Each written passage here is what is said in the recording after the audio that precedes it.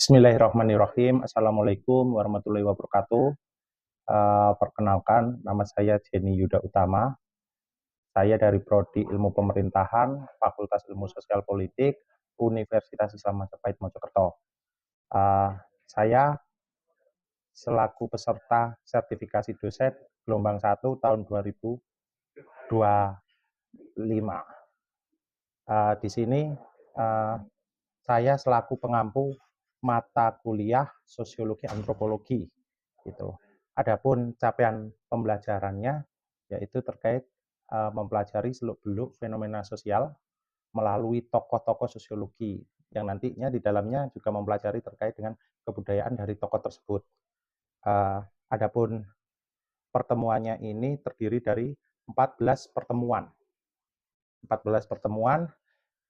Pertemuan yang pertama yaitu terkait dengan teori Auguste Comte, di mana teman-teman nanti di setiap pertemuan mempelajari tokoh-tokoh mulai dari biografi,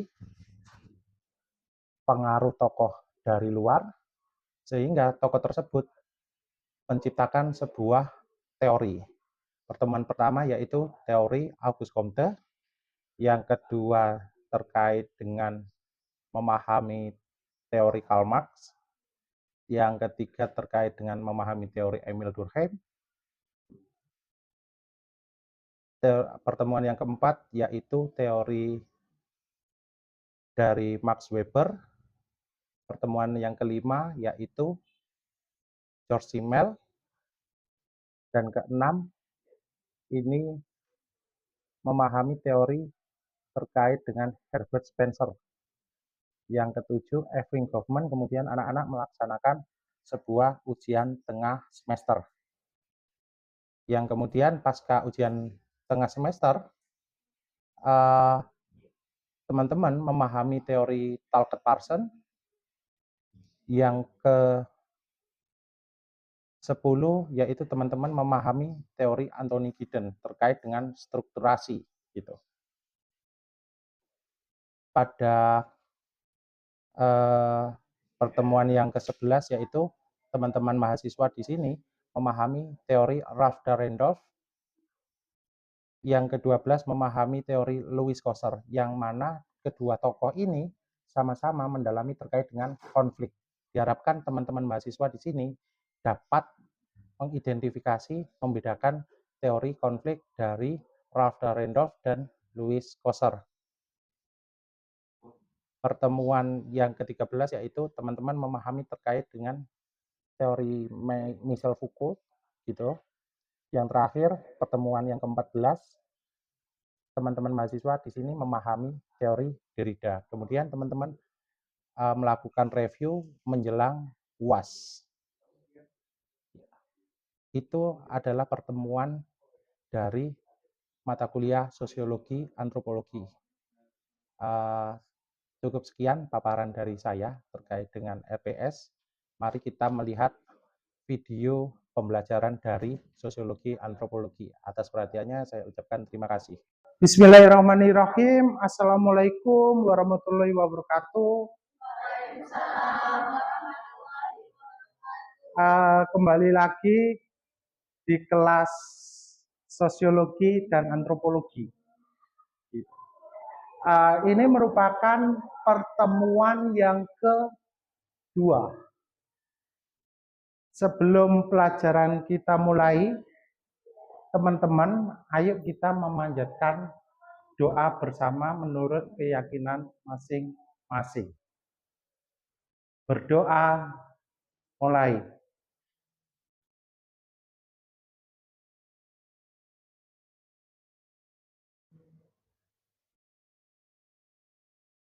Selesai. Oke, ini merupakan pertemuan yang kedua. Kita akan mempelajari terkait dengan Karl Marx. Teman-teman di sini sudah ada yang tahu belum? Siapa itu Karl Marx? Oke, belum ada yang tahu. Pada minggu kemarin kita mengulas terkait dengan Auguste Comte. Nah, di sini kita mempelajari teori, mempelajari tokoh harus mengetahui terlebih dahulu terkait dengan biografinya.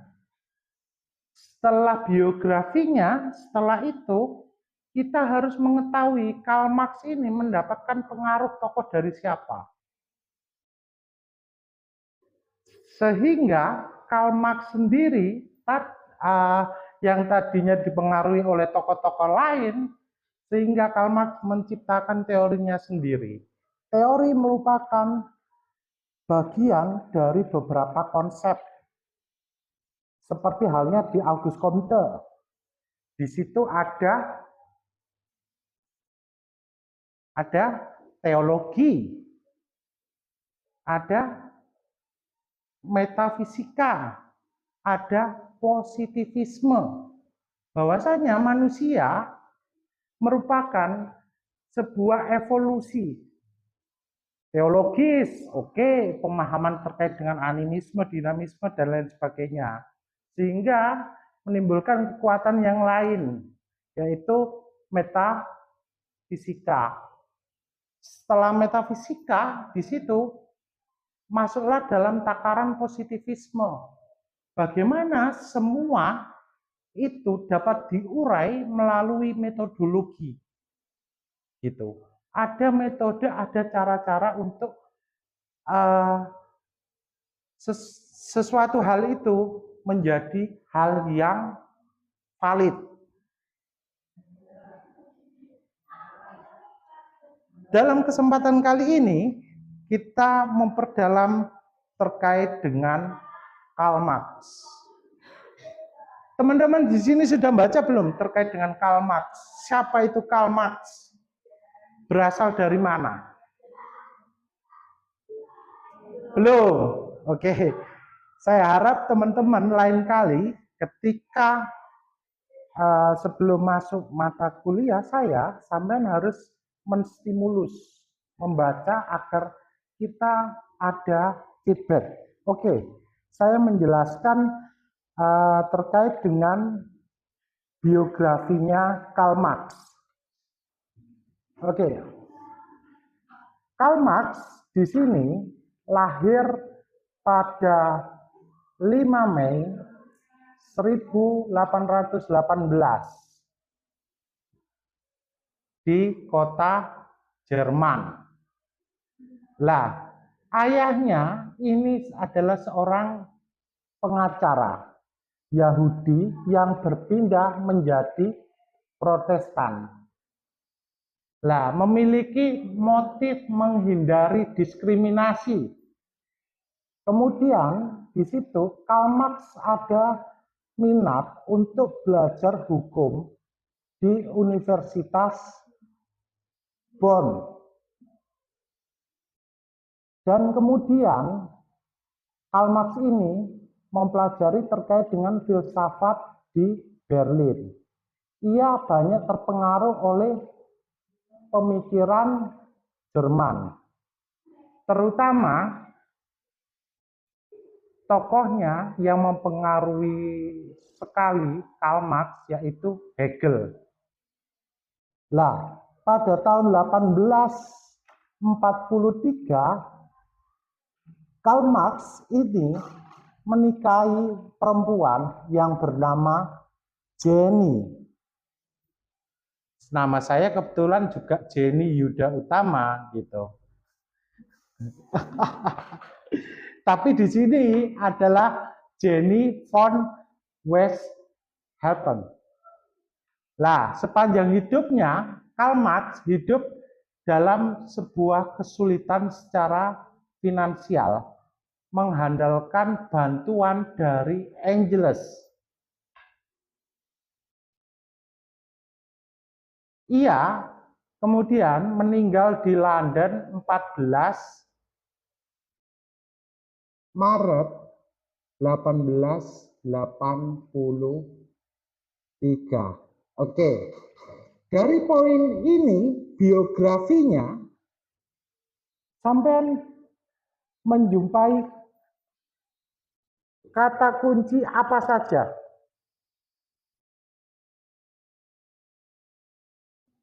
Satu, terkait dengan ayah pindah Yahudi ke Protestan guna menghindari terkait dengan diskriminasi. Poin yang kedua, sampean menangkap apa? Karl Marx terganggu terkait dengan finansial. Siapa tokoh yang mempengaruhi si Karl Marx sehingga berpikiran memiliki pemikiran yang begitu kompleks nantinya di biografi ini? Hegel. Selain Hegel, yang terakhir tadi masih ingat? Engels.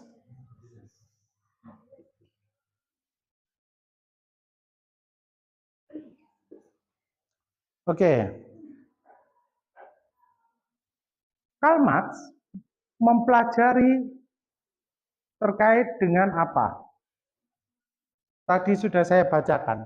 Ini adalah memahami terkait dengan teori nantinya secara utuh. Mempelajari apa? Hukum.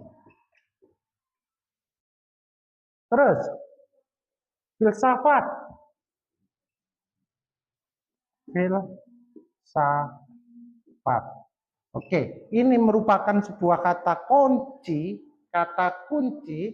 dari biografi.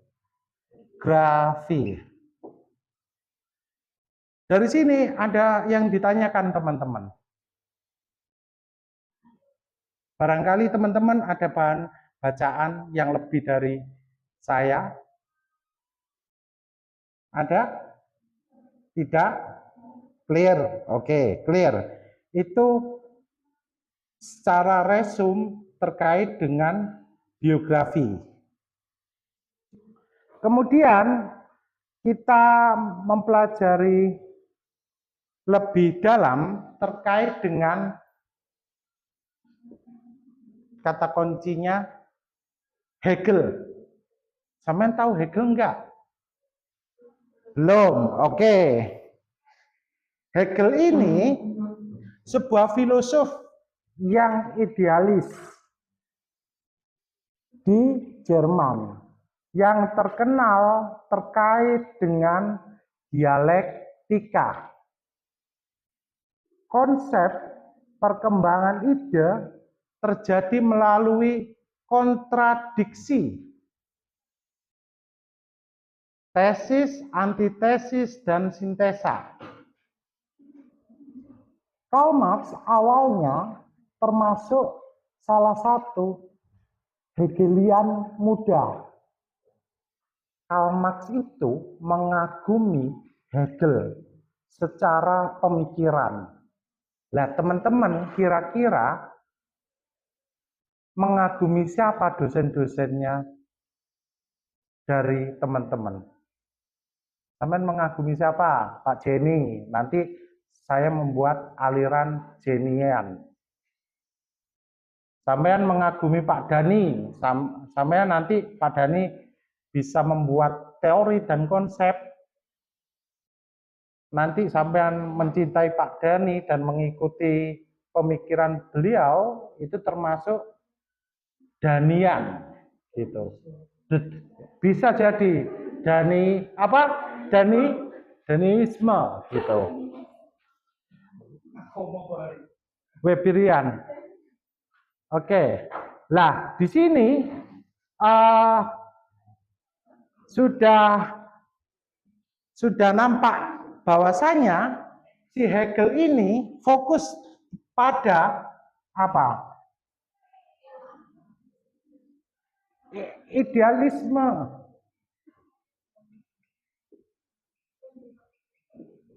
Terus terkait dengan dialektika.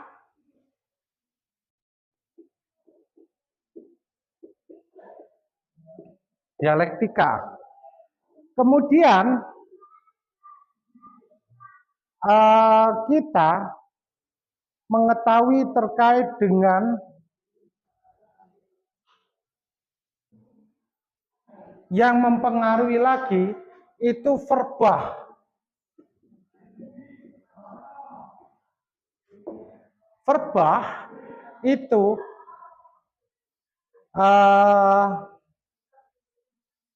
mengkritik Hegel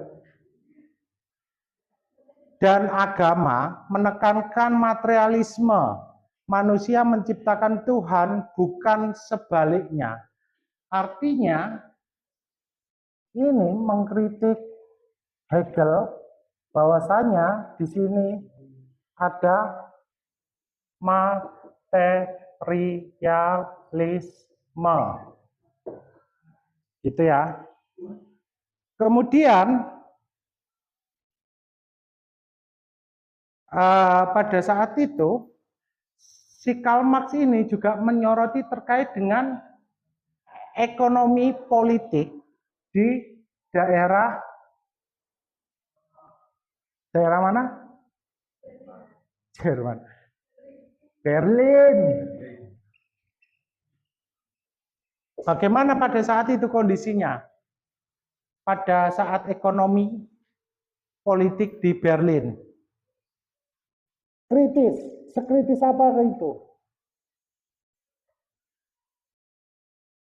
Kritisnya seperti apa? Ada gambaran.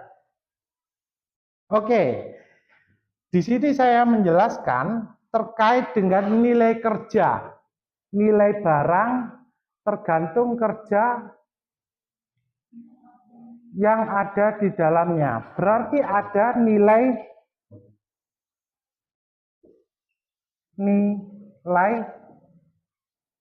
kerja dan nilai barang. Oke. Mbak, saya bertanya. Mbak siapa namanya yang sudut? Jacinta. Yasinta, Mbak Yasinta. Ketika sampean beli jilbab dan sampean menjual jilbab itu, apakah sama dengan nilai yang sampean beli? Beda. Semisal Mbak Yasinta menjual jilbab ke Mbak Wanda. Mbak Wanda, sampean kulaane 5.000, apakah menjual ke Mbak Wanda ini 5.000? Enggak. Kenapa? Oke. Keuntungan. Lah, di situ ada materialisme. Di situ. Lah pada saat itu Karl Marx melihat bahwasanya di pabrik pekerja proletar ini ada sebuah dialektika dengan kaum borjuis. Kenapa saya dibayari hanya segini? Terus borjuisnya menjawab, loh itu kan ya suatu hal yang wajar, saya memiliki alat produksi. Gitu. Lah, upah borjuis memberi upah ya segitu sesuai dengan nilai kerjamu. Dan nilai barang nanti ketika dikonsumsi di masyarakat. Nah, pada saat itu di sana pada eranya Karl Marx itu ada sebuah gejolak itu. Nah, pertanyaannya adalah apakah di Indonesia saat ini ada seperti itu? Ada. Ada kan? Oke, ada. Berarti sampean sudah sedikit banyak memegang konsep-konsep dari Karl Marx. Ada kaum borjuis, proletar, bagaimana dia berdialektika terkait dengan materialisme. Nah, memang pada saat itu seperti itu di kondisi yang ada di London, gitu. Terus terkait dengan sosialisme, sosialisme di Prancis. Nah, di Prancis itu memberikan inspirasi sosialisme yang bersifat utopis. Apresiasi mereka, lah intinya di sini dari Karl Marx, bagaimana masyarakat materialisme diubah menjadi sosialisme. Seperti itu.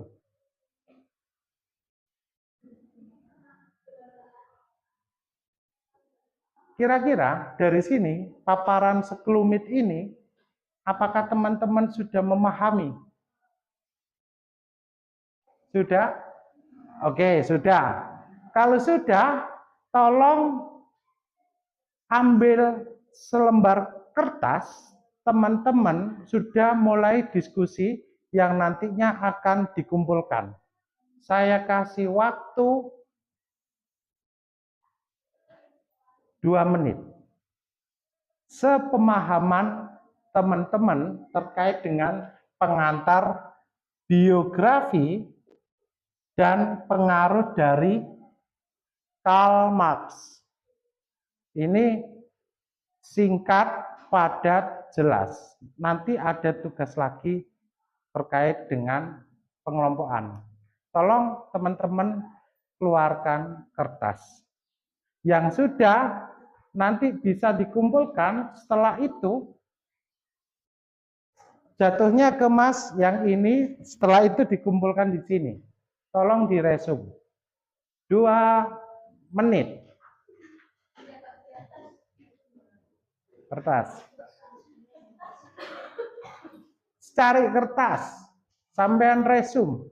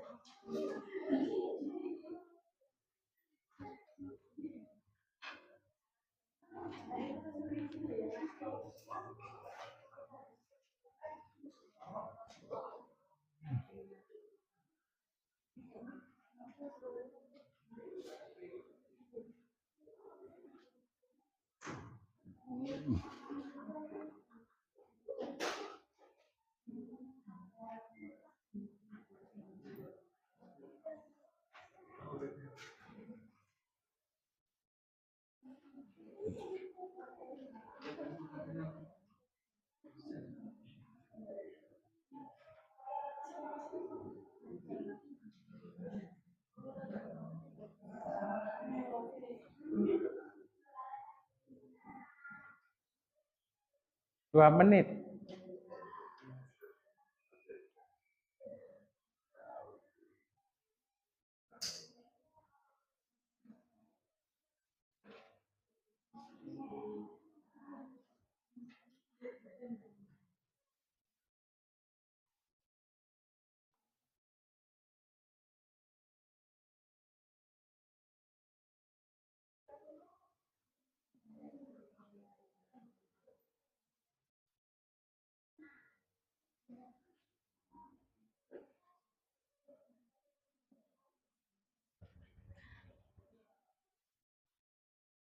Dua menit.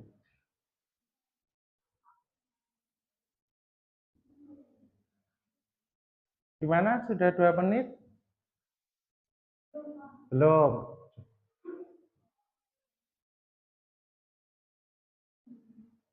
2 menit dimulai dari sekarang.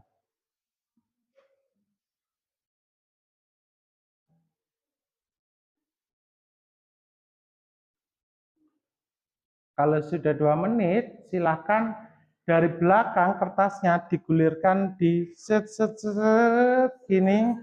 Saya menanti di sini.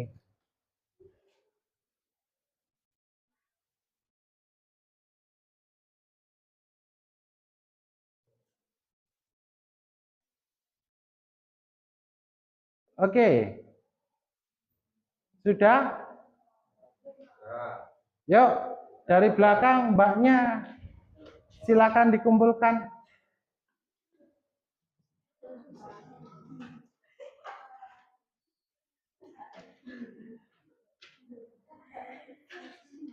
Yuk.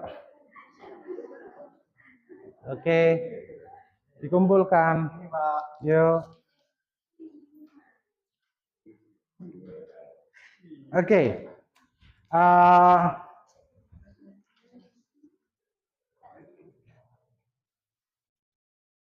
Oke. Ini nanti saya akan mengoreksi dan saya umumkan siapa yang mendapatkan nilai tertinggi gitu. Kemudian teman-teman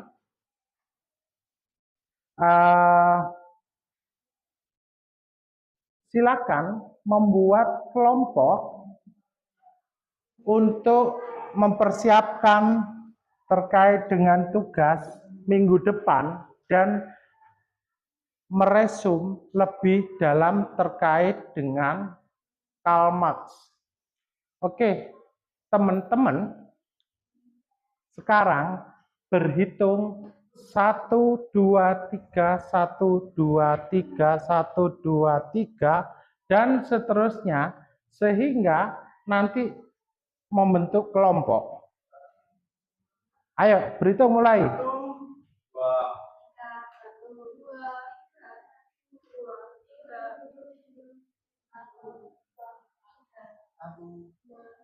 Oke, sekarang mulai berkelompok.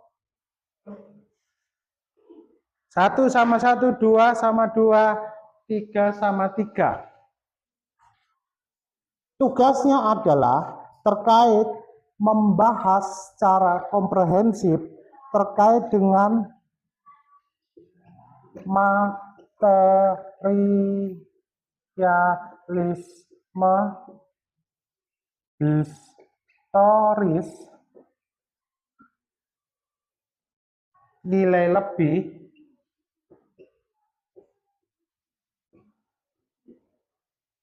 dan nilai tambah.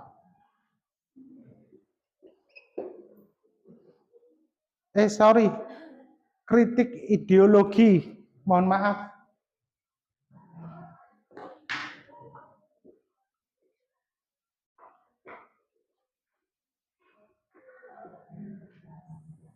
Oke, kritik ideologi. 1, ayo duduk 1 sama 1, 2 sama 2, 3 sama 3. Ini diulas. Ayo, cepat yuk, move.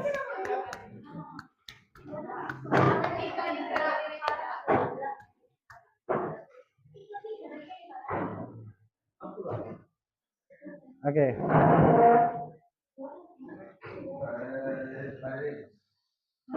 Udah.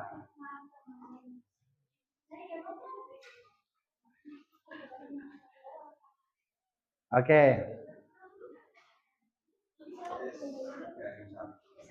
1, 2, 3. Oke. Sudah terbentuk ya kelompok 1, 2, 3. Oke. Tugasnya untuk minggu depan mengulas terkait materialisme historis, nilai lebih, dan kritik ideologi. Setelah itu, sampai nanti akan mengumpulkan tugas ini, dan kelompoknya 1, 1, 2, 2, 3, 3 dilanjut terkait dengan ulasan minggu depan mengulas terkait dengan Emil Durkheim. Durkheim. Emil Durkheim mempelajari terkait dengan fakta sosial. Gitu. Apakah hanya fakta sosial? Pastinya tidak. Di situ ada terkait dengan solidaritas. Solidaritas terdiri dari solidaritas mekanis dan organis. Nah, setelah itu teman-teman menggali lebih dalam lagi terkait dengan Emil Durkheim. Berarti tugas teman-teman ada dua. Satu dan dua, mengulas lebih dalam terkait dengan Emil Durkheim. Dari sini sudah jelas, teman-teman. Sudah, oke. Kalau sudah jelas, saya harap teman-teman lebih semangat dalam belajar. Saya akhiri, kurang lebihnya mohon maaf.